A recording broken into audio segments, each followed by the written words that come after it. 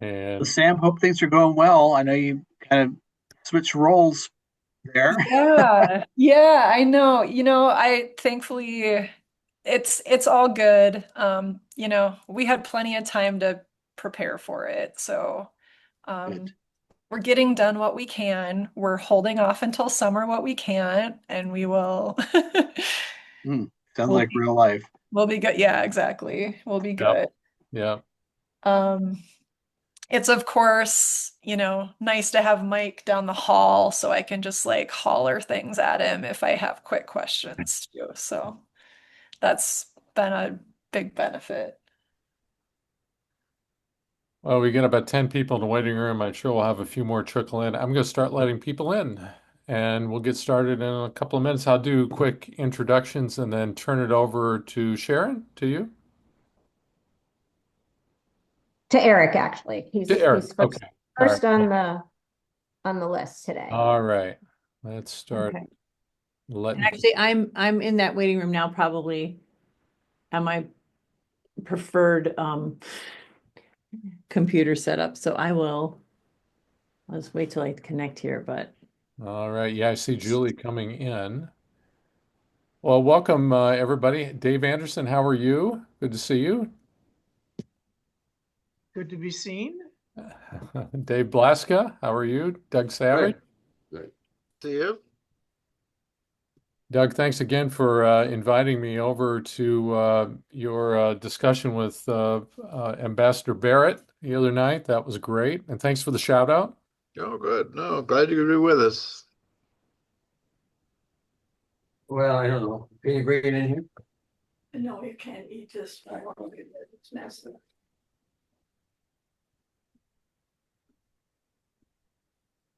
And there's Governor McCallum.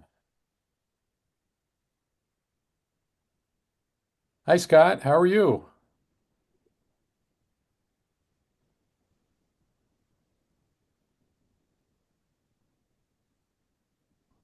He might still be joining. We'll give people just another minute or two here to get on board. Is Shelby here? Okay, I have some. Cool. Okay, I have to show her something once I print it. Dancino, how are you?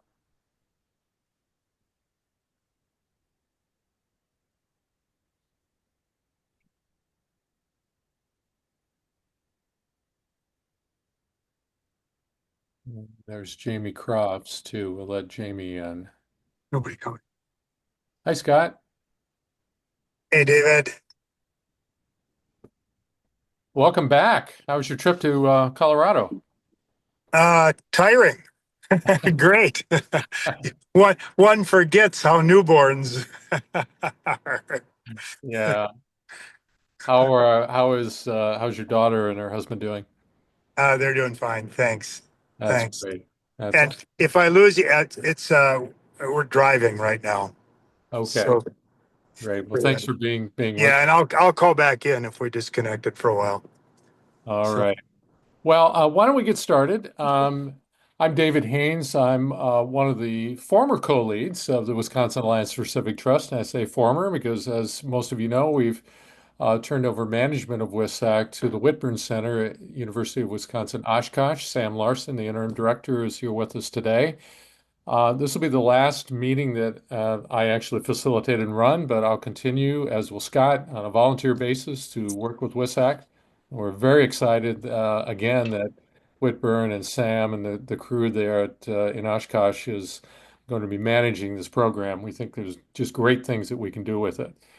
We're joined today by the Wisconsin Institute for Public Policy and Service, or WIPS.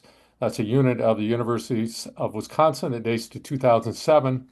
And its mission is to educate and engage residents of our state, develop future leaders, and help communities it serves meet their needs. WIPS is based in Wausau. Presenting today will be Eric Giordano, who's the founding director of WIPS. He works with university and community partners to address key policy issues using community-based solutions. Eric also co-leads a national project on the future of rural communities, a really important issue. Lisa. Hey, Shelby. I decided that I'm going to apply to present at the big NASPA conference. With the Kettering Foundation and other national partners. Eric's joined today by the program manager at WIP's, Julie Bunchek, and Sharon Belton, the Senior Public Policy Fellow. So with that, let me turn it over to Eric and your presentation. Thanks so much for being with us today. Okay, thanks. Thanks, David. Thanks, everybody. Glad you're here. I had a little minor face surgery, so I'm going to go off camera here in a minute. And plus, we have slides, so that way you can focus on the slides. So anyway, we've done introductions. And so today we're going to be talking about Let's Talk Marathon County, which is a project that we sort of developed here up in the north central part of the state. We're going to talk about the background and motivations for the project, a little bit about the methodology, which is public deliberation, and then the process.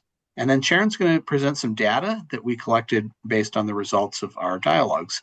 We'll talk briefly about next steps and then open it up for questions. So next slide, please. Eric, just one quick point of order. We are recording the session and we'll post it to our YouTube channel within 48 hours. So just so all of you are aware of that, it's being recorded. And also, if you have some questions, feel free to raise your hand using the controls at the bottom of the screen or put your question or comment in the chat. I'll be monitoring that. Go ahead, Eric. Sorry. No, so David kind of introduced us. So we're part of the Universities of Wisconsin. We're known right now as WIPS. However, we're rebranding in the fall as the UW Office of Civic Engagement. And within our structure is also the Wisconsin Institute for Citizenship and Civil Dialogue. And I mention that because this project was done under those auspices. I'm not going to get into what we do. You have the slides, or you can collect them later, or ask us later. So if you can switch slides, Sharon. Okay, let's talk. What was the catalyst? We had a conundrum in 2021, back when a lot of communities were considering passing non-binding resolutions around being more welcoming, communities safe for all. Today, that would kind of fall under the moniker of DEI and is being kind of ripped out of communities and universities and things. But at the time, that was kind of a big deal. And it kind of blew up rather suddenly, where some people really thought this was necessary, living up here in rural central Wisconsin, where some people of diverse backgrounds didn't always feel comfortable.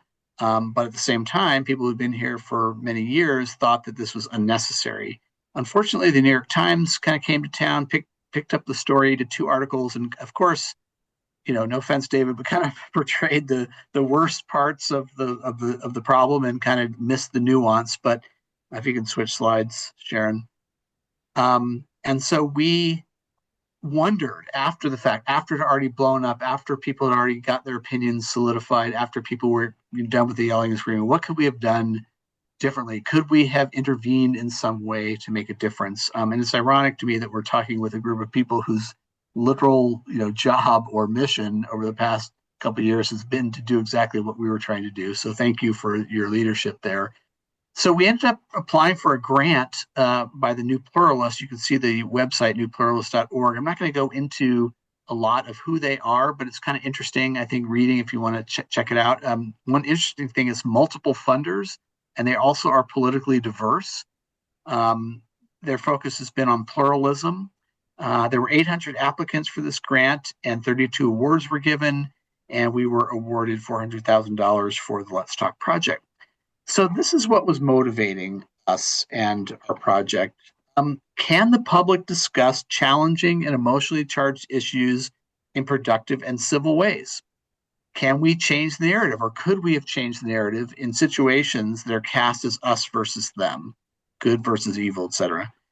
And then our essential research question is, can we impanel a representative group of residents to engage in a constructive dialogue and help de-escalate wicked problems? And then finally, which we're kind of working on now, is will community leaders see a role for this type of dialogue in our community in the future? We can go on. Now, our chosen methodology, our approach to this civil dialogue project was something called deliberation. Some people call it deliberative dialogue. Some people call it public deliberation. But basically, deliberation is a nationally known methodology for civil dialogue. It's practiced literally in every state in the country. Of course, people have different versions of what it means, but basically it means actively listening to people you may not agree with and seeking to understand why they feel that way. These are structured dialogues, so the issues are framed in a way that allows participants to weigh the costs and consequences of potential actions. And then finally, deliberation, at least as we are practicing it, involves a process for uncovering common ground. Now, sometimes there isn't common ground, but that's useful information as well, and ultimately to potentially negotiate potential solutions. So to sum up, deliberation is a kind of talk that encourages responsible decision-making. Next slide, please.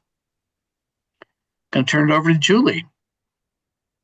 Right, so our goal was to create a panel of 100 residents of Marathon County that had a political breakdown of 30% conservative, 30% liberal, 40% moderate or middle of the road. And in order to recruit those folks, we used a lot of different avenues, emails, social media, print advertising, radio PSAs. We wanted to make sure that we had both urban and rural voices included. So we did print ads in rural newspapers, including in Spanish language, which I'll get to again in just a little bit. Next slide, Sharon. And we received 260 applications and invited 120 of those people to confirm their interest. And we ended up with 94 confirmed panelists. Now that number 94 has fluctuated a little bit because some people have moved away, others have been added under special circumstances. And rather miraculously, we ended up with almost exactly that 40% breakdown that we had been hoping for. We also prioritized the urban-rural demographic as we were creating the larger panel. And other demographics certainly came into play, but we really it was those first two that we really prioritized when we were making our final choices for who would be part of the panel. So I mentioned that we did a Spanish language ad, and we knew from the beginning we wanted to include the ever-growing Hispanic community in Marathon County as part of this project, but there were going to be some special circumstances here. So we did get a group ultimately of 22 participants, and they participated in the immigration dialogues that Sharon will talk about shortly. Like I said, there was a lot of more work that went into getting this group together. So they actually didn't participate in our first two dialogues, but they have met since we've done the immigration dialogues and have been, talking about topics that the rest of the group has been talking about. Part of the issue here was through the print ad, I think we got maybe 3 applicants. So we really needed to work with, people we know in that community who did one-on-one recruitment. And that group does not have the political diversity that the full panel does. Almost everybody in this group identified themselves as middle of the road. So their results get reported separately. And we need all our materials to be translated. So that's like extra time and effort there. Okay, next slide. So once we identified the people who were going to be participating in the project, the next step was to find out what the issues were going to be that we wanted them to be discussing. So we surveyed Marathon County leaders to see what they thought were the top issues of concern, and they landed on youth mental health, homelessness, and childcare. And then the Let's Talk team, kind of discussed that we really need some slightly more hot button topics to really test out our theory here about how can we get people together to engage in dialogue around controversial issues. So we've added immigration, voting and elections, and gun rights and safety as to round out our 6 total topics. So we have 6 to 8 dialogue sessions per issue, and we hold those dialogues in person at locations throughout Marathon County. We do make an effort to reach, slightly outside of the Wausau area for the more rural folks, so they don't have to come all the way into Wausau. And we also hold virtual events on Zoom. And each session has 10 participants. And again, we are going for the 3-3-4 breakdown in terms of political balance. And we've been really very successful in getting those numbers. But the groups of 10 are not the same from issue to issue. There are just too many variables that we can't control for in terms of people's schedules and locations and whatnot. But what does end up happening kind of organically is that people do end up overlapping quite frequently. For instance, there's a group, we always hold sessions at the Marathon County Public Library in downtown Wausau, and they're always held during the day. And at any given session of 10, where we've got 10 people, probably at least 6 of those people have seen each other in that context before. And it's kind of unexpected to see how there are connections being made, as people are coming in or as they're about to leave, where they're connecting with people that I don't think they would otherwise be making connections with in any other setting in our community. Next slide. So we have held 35 individual dialogue sessions on 5 issues so far, and you've got the whole breakdown on the number of dialogues and the number of participants. We have engaged the Spanish language community in the immigration and the child care dialogues, and they will be also part of the gun rights and safety dialogues that will be happening this summer. Okay, so what does each of these individual sessions look like? So we have 2 trained moderators who lead a 90-minute session. And again, ideally, we have 10 participants in each session. Now, sometimes we don't get 10 people to register. Sometimes people have to cancel. Sometimes somebody wants to add very late because they had to miss an earlier one. So occasionally we'll end up with like 11 participants, but that's usually who's sitting around the table. And that includes also an observer who is just silently taking very detailed notes. An important piece, a very important piece, is the issue guide. So this is a 6-page document that gives them a lot of information about the issue we're talking about. So we've got, the first page is background information. The next page is statistics. And then we have 3 approaches to the issue. And under each approach, we have 4 to 5 action items. And these action items and approaches are not mutually exclusive. What usually ends up happening is people will like some action items from one approach and another action item from another approach, and maybe more from another. So it's kind of a mix and match thing. But the really key thing here when it comes to dealing with the approaches and the action items is that they need to reflect a variety of core values from across society. And that is because every participant in the dialogues needs to find something in those lists that resonates with them. So next slide. And Sharon will get a little bit more into the approaches. It's listed as an option there on this slide, but we use the term approach more often now. Next slide. And the final page of the issue guide are the ground rules for deliberation. And this is really important. I won't read through all of them. You've probably seen guidelines like this as well. But before the deliberation can begin, everybody who's sitting around the table needs to agree with a thumbs up or a head nod that they will respect these guidelines. And this becomes important because the moderators can fall back on this if people start not exactly observing what they've agreed to here. And the one that comes up most often, people get animated, excited, they start interrupting each other, and the moderators may say, hey, just remember, we all agreed that we were not going to interrupt each other. And that's always worked really well for mediating unexpected pieces of the conversation.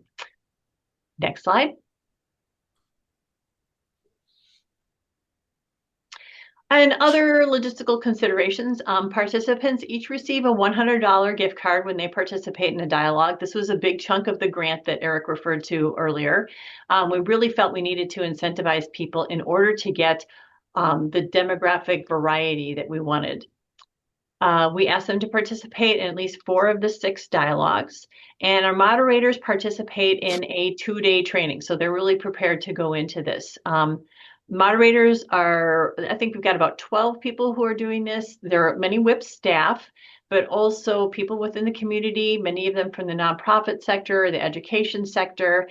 And in one instance, we had a participant. She was a panelist in the first set of dialogues, and she contacted me and said, this is great. I've got a little experience in this kind of area. Can I be a moderator? And she's been a fantastic addition to the moderator team. Okay. And now it's all over to Sharon. Thank you, Julie. So what I want to do is sort of illustrate using the topic of immigration, sort of what did we learn from Marathon County Let's Talk panelists about the dialogue process or the process of talking about immigration, but also the range of views that Marathon County Let's Talk panelists had about how to manage immigration in our country. And so for this particular issue area, we did 8 dialogues last summer in July and August, right as the election season was heating up. And obviously the topic of immigration was, one of the front and center issues in the election. So it was getting a lot of attention in the media, especially in central Wisconsin, because we have a large presence of dairy farms where a number of migrant farmers assist in the dairy industry here in Marathon County. So we did 6 in-person sessions and 2 via Zoom. A total of 53 of the full panelists participated. And as Julie mentioned, we held some additional Spanish dialogues with 17 Hispanic and Latino individuals from Marathon County.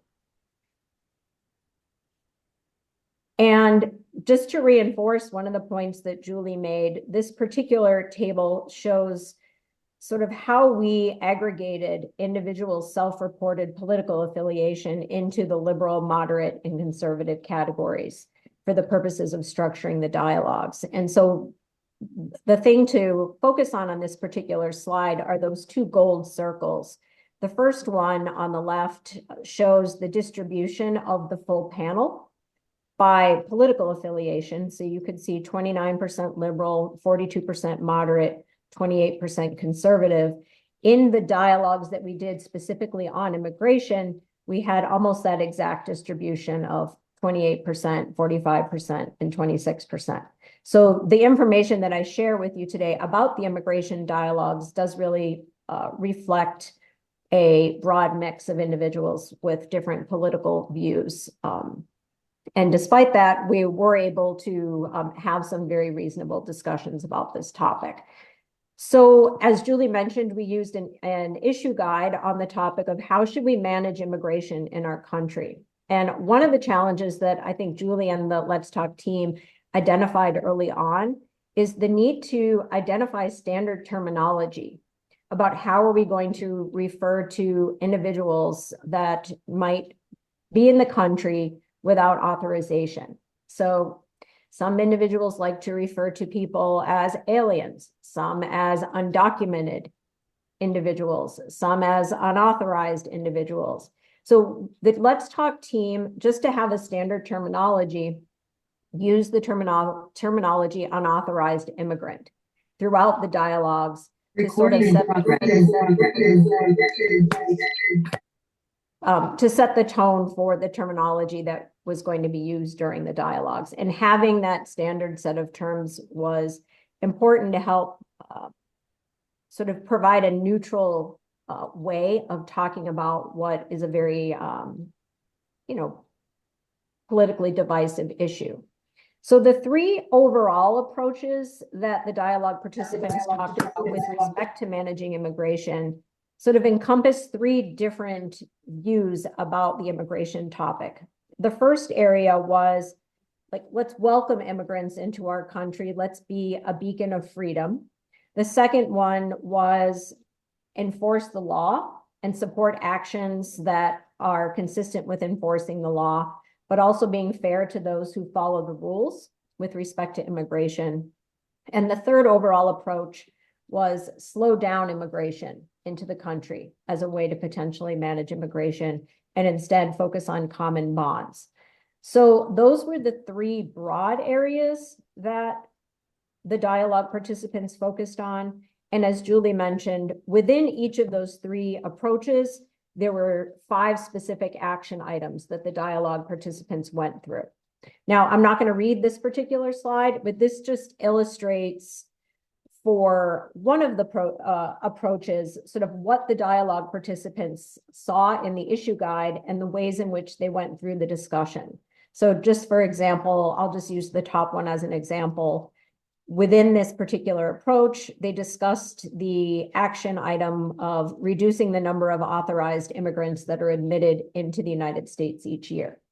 And so the moderator would help them talk about this particular action item and then also draw out of the discussion potential drawbacks to that particular approach to managing immigration. So there really was a systematic discussion of these different approaches and facilitated process to elicit individuals' views, either for or against the specific action items. And the issue guide was really an excellent tool to help ground the discussion in some specific policy solutions.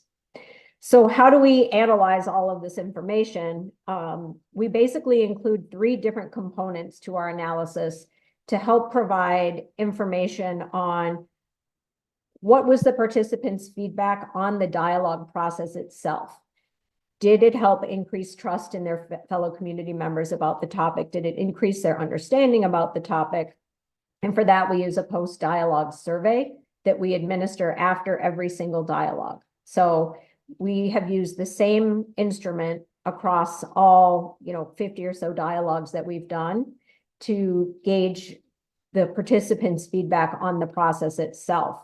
But because we are talking about substantive policy issues, we also want to be able to capture sort of what were the themes that were identified from these discussions that can help inform communities about what individuals' views are on these particular topics that we're talking about. And then we do some periodic interviews and focus groups with the project staff to identify things that we can do to improve the project itself. But today I'm really going to focus on the first 2 rows of this particular table. So the first thing I want to do is kind of give you the big picture of what are some of the themes that we learned about Marathon County Let's Talk panelists' views on how to manage immigration. So the first point that I want to make that we've really found that is consistent across all of the dialogues that we've done across all of the issues is that despite the political diversity of the panel and of the dialogues, there really are areas of common ground that can be identified regardless of the issue that we were talking about. And common ground doesn't mean everybody agrees that, one approach or one action or the other is the best solution. Sometimes there can be agreement that they oppose a particular action item relative to a policy area that we're looking at. What we found from the immigration dialogues is that we found that there was the strongest support across all of the 8 dialogues that we did for the action items that fell under approach 1, which was welcoming immigrants and being a beacon of freedom. There was the most opposition to the action items that fell under approach 3. And I'm going to show you a table in a moment that kind of illustrates these points in more detail. There was just more opposition to the idea of slowing down immigration in the country than there was in comparison to wanting to be a country that was more welcoming of immigrants. Overall, across the dialogues, it was very clear that participants really supported a multifaceted approach.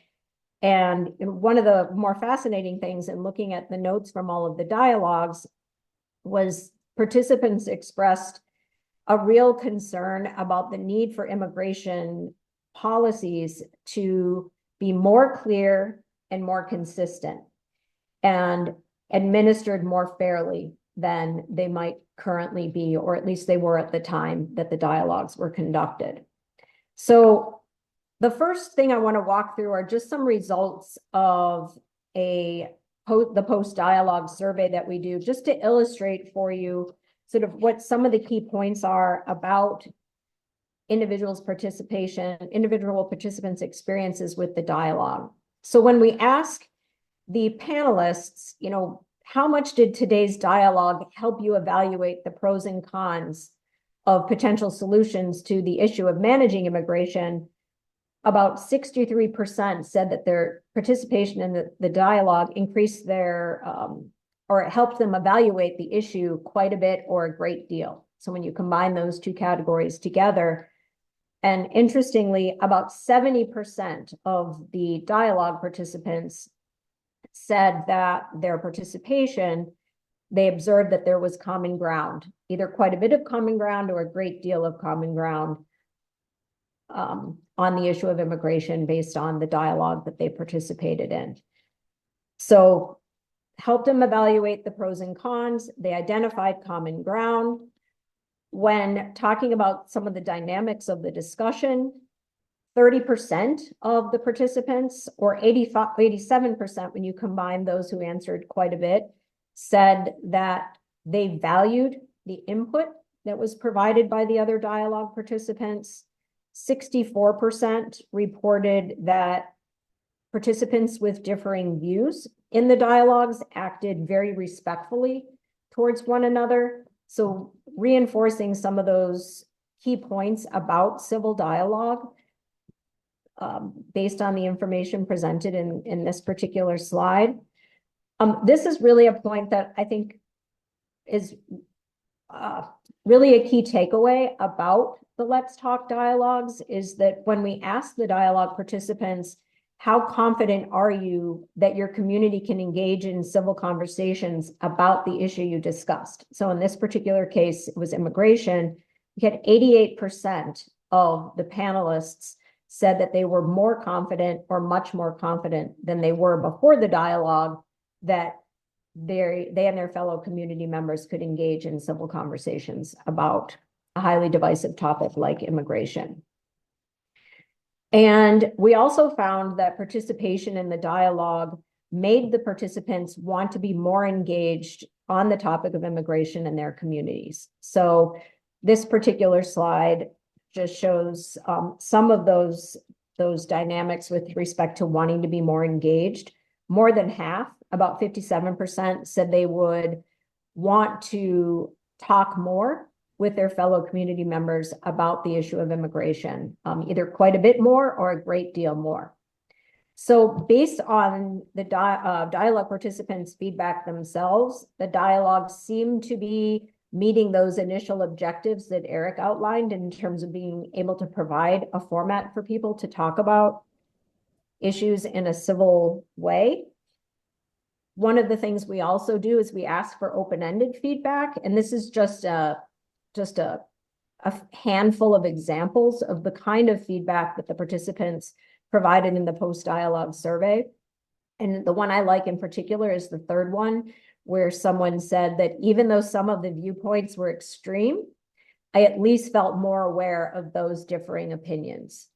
And that particular comment is, I think, illustrative of some of the benefits that the participants have shared about their process of doing the individual dialogues. So now turning to what were the individual participants' views about the different action items to address immigration. Now there's a lot going on this slide, and I'm not going to go through it in this format in excruciating detail, but you can see in the column on the left are the 3 different approaches, and then under those approaches, the 5 different action items that the dialogue participants discussed. And then you could see, the columns 1 through 8, there's different shaded cells to indicate just the overall general level of support for each of those individual action items in each of the individual dialogues. So the key takeaway from this particular slide is to just get a sense of, just looking at the different colors, sort of how did the dialogue participants' support kind of aggregate into particular action items. And this slide sort of provides that aggregated view of all of the 15 different action items that the participants discussed, sort of summarizing across all of the dialogues, what were the areas of common ground and where were there more mixed views about particular approaches to address immigration. So if we look, for example, under the green column on the left labeled support, that first cell, there was fairly consistent and widespread support across all of the dialogues about providing legal residency and the ability to apply for citizenship for Dreamers. So these would be individuals that were brought to the country as children by their parents and do not have, current legal status in the US. So even despite the political distribution of the panelists, there was fairly consistent support for providing some type of legal status to Dreamers. In addition to that, there was widespread support across the dialogues of the need to reform current immigration policy so that just in general, the path to citizenship is more clear, more affordable, and more easily understood by individuals seeking citizenship in the country. And the third area that had significant support was allowing Wisconsin residents in particular to get a driver's license regardless of their immigration status.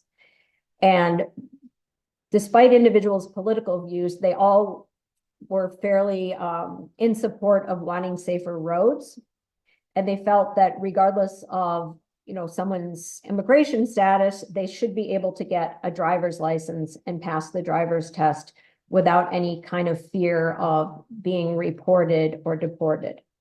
So across the 8 dialogues, in that column on the left were really the things that individuals supported.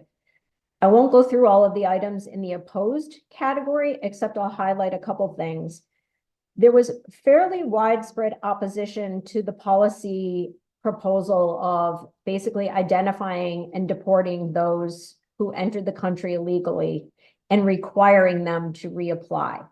Now, the concerns that individuals expressed about this particular policy decision were the potential for separating families as a result of mass deportation efforts and the resources and the administrative hurdles that would be required to do mass deportation type policy approaches to dealing with individuals who might be in the country illegally.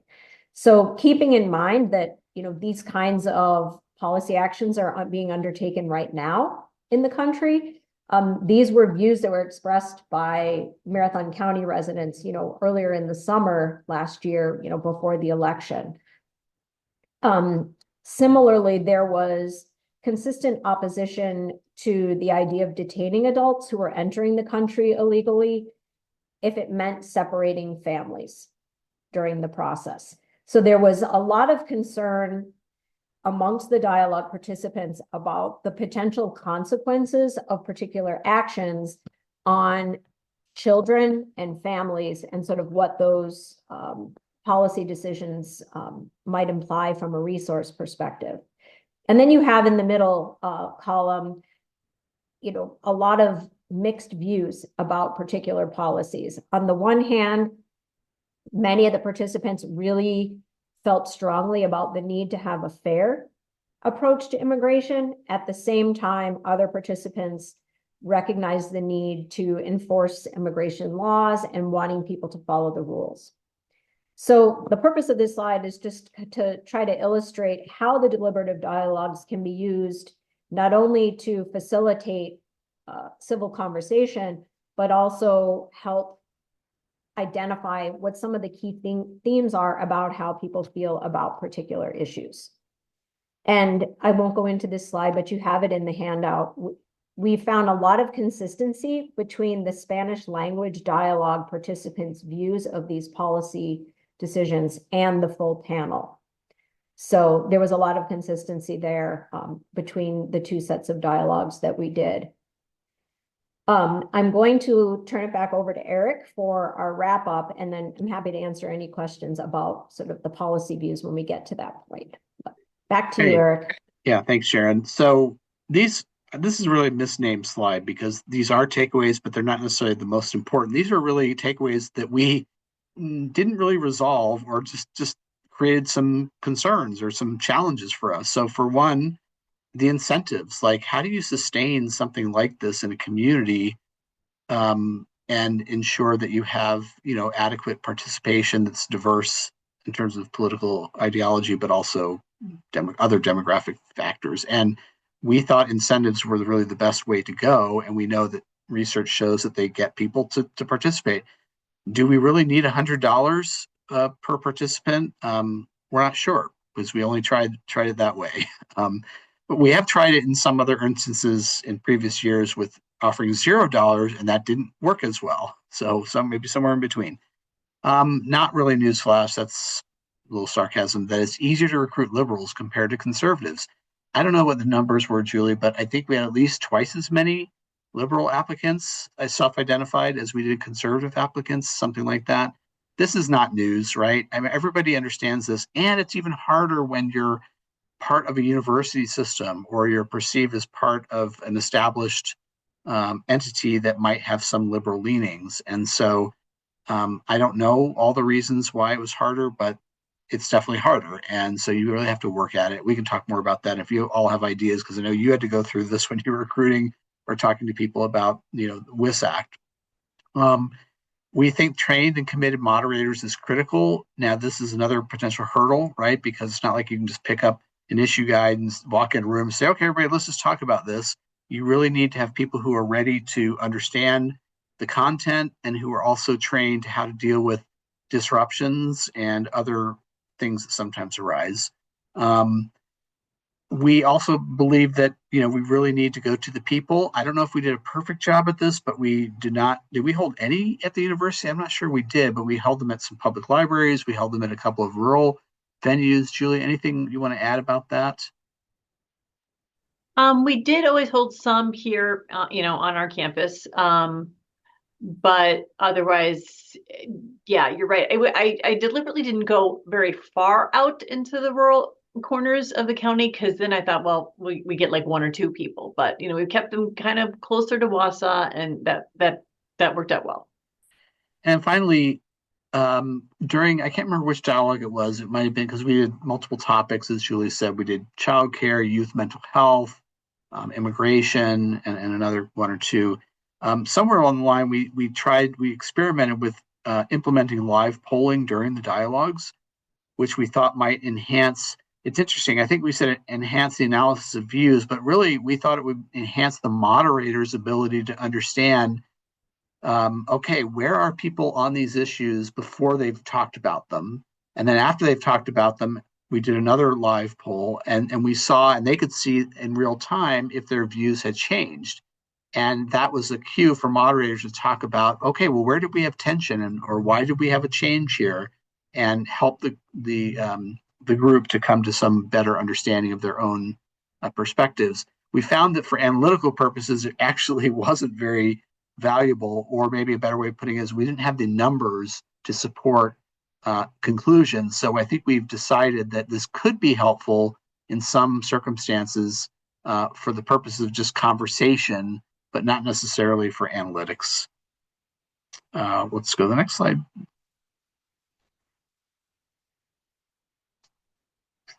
Sharon, can you do the next slide? Okay. And this, I don't want to spend a lot of time on this, but I just want you to know that we're obviously not alone. I mean, there are civil dialogue projects going on all across the state, all across the country. I just highlighted a few. I apologize, Sam, because I know there are some happening at UW Oshkosh, or some at Eau Claire. The one I want to highlight just briefly is the discussion project at UW-Madison. The only reason I want to highlight that one is because we didn't even know that they were doing this until we were about a quarter of a way through our own project. But when we compared notes, we realized we were doing almost the exact same project. The difference was they were using students as their audience and getting students to come together in these dialogues, but we were using the exact same methodology. We were using, we were dealing with residents of a mixed, rural urban county. So I thought that was kind of interesting. But there are other things going on, and we're aware of that. And we know that these are also very valid, legitimate methodologies that can also bring about positive change in our communities. So I think that's about it for us. Well, thank you. Great presentation, and thanks for the great work you're doing up in Marathon County. It really is the kind of work that we all need to do more of, and it's central to the kind of work that WisACT is trying to do as well. Lori Asbury, you have a question. You want to come off mute and ask it?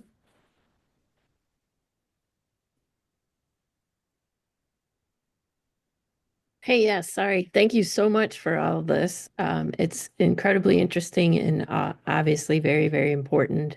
One of the questions I had is just kind of looking at your slide where you list all the different dates of your meetings and then what the responses were over the category. And it looks like there was a slight shift from 710 to 822, potentially, and I'm wondering if you saw anything like that, and could you attribute it to what was going on in the greater world, and how would you control for, kind of the uptick in what was going to happen with the election cycle and all the media blitz around these issues? Or did it That's not impact? Like the guide maybe was the thing that kind of was your control. it's an interesting observation. I don't think we would have the data to draw any conclusion one way or another about whether variation across the dialogues was being driven by Right. things that might have been going on in the external environment.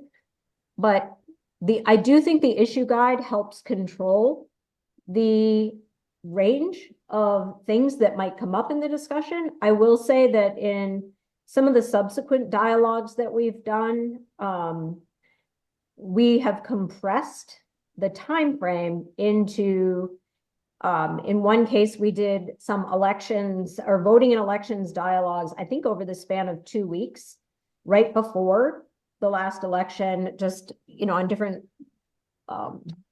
voting and election related issues. And the childcare dialogues that we just did were all done within the span of a month. So I do think that, the point you're making is a really interesting one.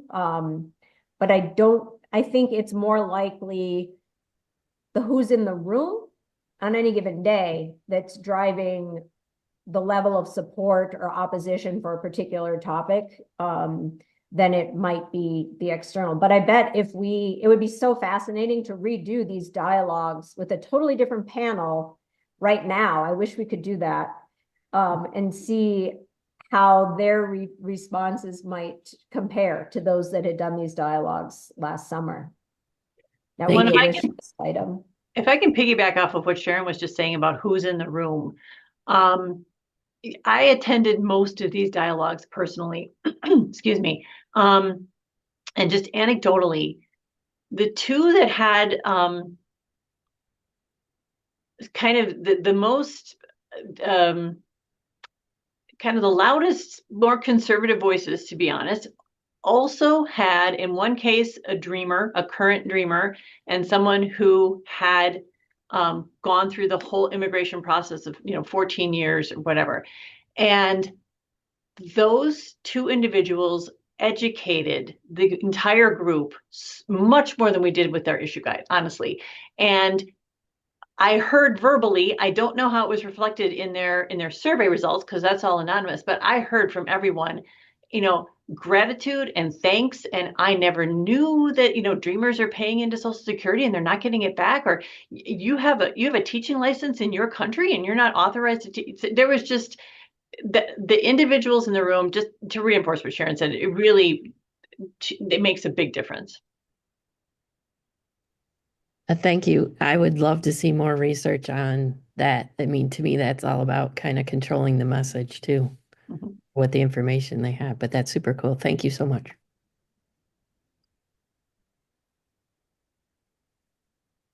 We have another question in the chat by, there's not a first name here, but it's MRRPC. Would you want to come off mute and ask your question?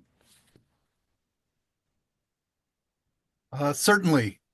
This is Ken Harwood at Mississippi River Regional Planning Commission. Sorry, that's just the way it logs me in. Again. My question is, and it's really a seed for a discussion topic that goes beyond the scope of this meeting, but I am wondering, with this initiative from the president to deport and then bring back immigrants, could we use our legislative contacts to draft an alternative to that policy that might look like, I guess we would allow an adoption policy where a dairy farmer could identify an employee who could remain anonymous so that they wouldn't be in fear of deportation for working with the farmer, but as undocumented but needed for production. Then this person could be granted a temporary work visa, so they would be here legally, and then a long-term opportunity for citizenship or a more permanent work visa. It's a huge topic, but I'm just wondering if it's worth bending some ears, especially coming from Wisconsin, knowing that there are, 70% of all our dairy workers are undocumented aliens. So just a thought. Well, I guess one thing I would say about that is that related to that topic, and obviously we don't take positions on public policy issues, but in the dialogues themselves, there was a lot of tension between individuals who really were wanting to remove unauthorized immigrants from the country, with recognizing that they are the backbone to supporting many agricultural industries.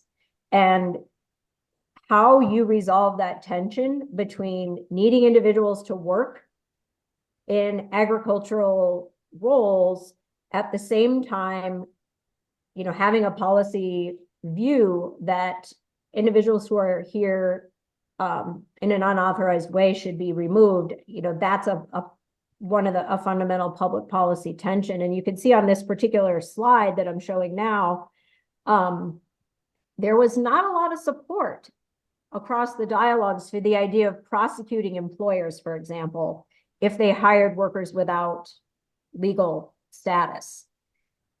And that was the lack of support was really being driven by a recognition of the need to have individuals to do a lot of the work that needs to be done to keep farming industry going. Yeah, I don't know if anyone's noticed, but despite the large number of immigrants that we have, and we guess we don't know how many are unauthorized in Marathon County, we haven't had a lot of ICE activity up here. Have you noticed that? You got to ask why. Why is that? Right, exactly. Thanks, Lori, for your hush sign. So I would love to ask your question, Ken, to people like the National Milk Producers Federation or other ag associated groups that, just find out how are they threading the needle, or maybe they're not. I don't know. I'd love to ask that question. I think there's another important question though from Alex. Right. So, will the dialogues be sufficient to help people unite behind actual political agendas they can implement in their communities and present to their politicians? So, we have to really come clean on this, that our goal for this experiment wasn't to actually start to put together policy briefs or results, to advocate a certain policy. Not only is that not really in the nature of what our organization does, but we really were hyper-focused on, could this be a vehicle for bringing people with diverse viewpoints together in civil conversation and to create maybe an alternative narrative, right? When we have a situation where people are at odds, maybe the press has been involved and magnified those differences. Can we have, my observation is that there isn't a third narrative, there isn't, or a second narrative, whatever, there isn't another narrative out there. Can we create one by having a panel of residents ready to talk about controversial topics that could influence politicians now, or local leaders? I don't know fully the answer to that, but that's kind of a bit of our next phase, is now that we've kind of gathered this data, had this experiment, and we have been in communication with some of the leaders in Marathon County, for example, but we plan to do kind of an event involving them, and we're still trying to decide exactly how we want to involve them and really see if they're interested in continuing the capacity to have these kind of conversations when circumstances are difficult. Theoretically, and I know in some cases the answer is yes to your question, we just did not take it to that next step. Well, I had a question regarding that related to Alex's question, which is, you've got this big cohort of people now that you've engaged with very successfully. what do you do with that group of people? Are there further dialogues? Are there ways to make that sustainable in some fashion? What does that look like? Or is that just part of what you're trying to figure out? Yes, and both. So yeah, we are because we still have one more round of dialogues, we've given ourselves just a little bit of a breather space, but we plan to do some kind of a concluding event, and we just haven't decided exactly what it might look like. And it might be a small series of events. For example, we've thought about bringing together some of the elected leaders to have them actually go through one of these type of dialogues so they can experience what it is, as well as present to them, sort of the results of what we found here, and hopefully try to convince them. I have had conversations with, for example, with our county executive, and he was very interested, for example, in the results of our youth mental health report, because they had just established a youth mental health commission. And so they were very anxious to know what the people had said. And so we're going to try to convince them that they can have this kind of, how do I put it, results or expressions of opinion in a civil manner, really on any topic that might arise. And I'm with you, wouldn't that be valuable, to community leaders to know how people are really feeling about issues before they, plant their stake in the ground, which often happens before people really know what others think. We're also in conversation with some local foundations to see if they would see the positive value of return on investment of supporting something like this. Hopefully, we can also figure out a way to keep costs a little bit lower, because, like I said, when we were giving out $100 a pop, that's definitely adds up very quickly. Those are some issues that we're grappling with or trying to resolve. Mm-hmm. I'd just like to add just to the piece of your question, David, about what to do with these 94 people. They already are our greatest spokespeople. Like they are. I did not expect this when we started this, how enthusiastic and how grateful all these folks would be from across the spectrum. We're creating a video right now that's kind of like summarizing what we're doing. We've identified a few people to be in that video. I know everybody's going to want to be in it. So they can get the word out into their, organizations that they're part of that might benefit from a process like this.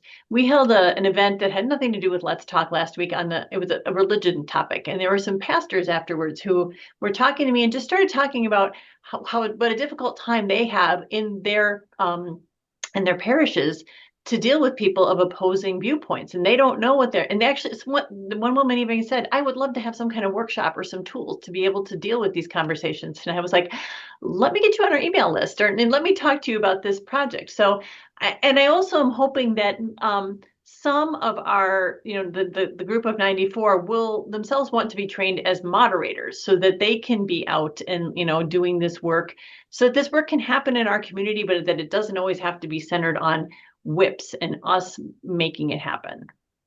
Yeah, quick other note. We connected with someone at UW-Madison at La Follette School, Amber Wachowski, who also has been doing a project over in Eau Claire. And interestingly, she's using a different methodology, but it's a citizen-based methodology called citizen assemblies. You've probably heard of some of this. And they're working with, I believe it's their county, it might be the city, I'm sorry, I don't remember which, to have some participatory citizen participation in some of the budgeting. And that's something actually the local county administrator at Marathon County also asked about. Now, that's fine with us. Like I said at the outset, deliberative dialogue is just one methodology. It is certainly not the only one. There are many other healthy, helpful civil dialogue tools out there, and citizen assemblies is another example of that. All right. Well, great. Any other questions from anyone? I'm just going to make a quick note, David. I was just going to go to you, Sam. Yeah. Well, on this point, again, I just want to thank you all for presenting this. And I really agree that there is so much great work like this happening across the state. And I'm just going to put in the chat, the next meeting for WisACT, we already have in the works. And one of the things that us at the Whitburn Center wants to do over the next year is to really connect with but highlight all of the work that's happening across the state. So our next event is going to focus on UW students and how they're doing this same work, both leading it as facilitators, but also participating in similar dialogues And so we'll be having folks, students and kind of faculty and staff organizers from Bridging the Divide, which has been supported by the Thompson Center, but also the Pluralist Lab, which WIPS helped organize as well. So WIPS is doing a ton of great work on that front as well. So we're excited to kind of feature some of our students to talk about their experiences within this space as well. So just wanted to share that. That's fantastic. And you can see why Scott and I are so excited that Sam and her team are running WisACT. So thank you very much. If there's nothing further, thanks for your time and thanks for all the great work you're doing up in Marathon County. And thanks to all our WisACT members for being here with us today. And have a good rest of your day. Thanks for having us.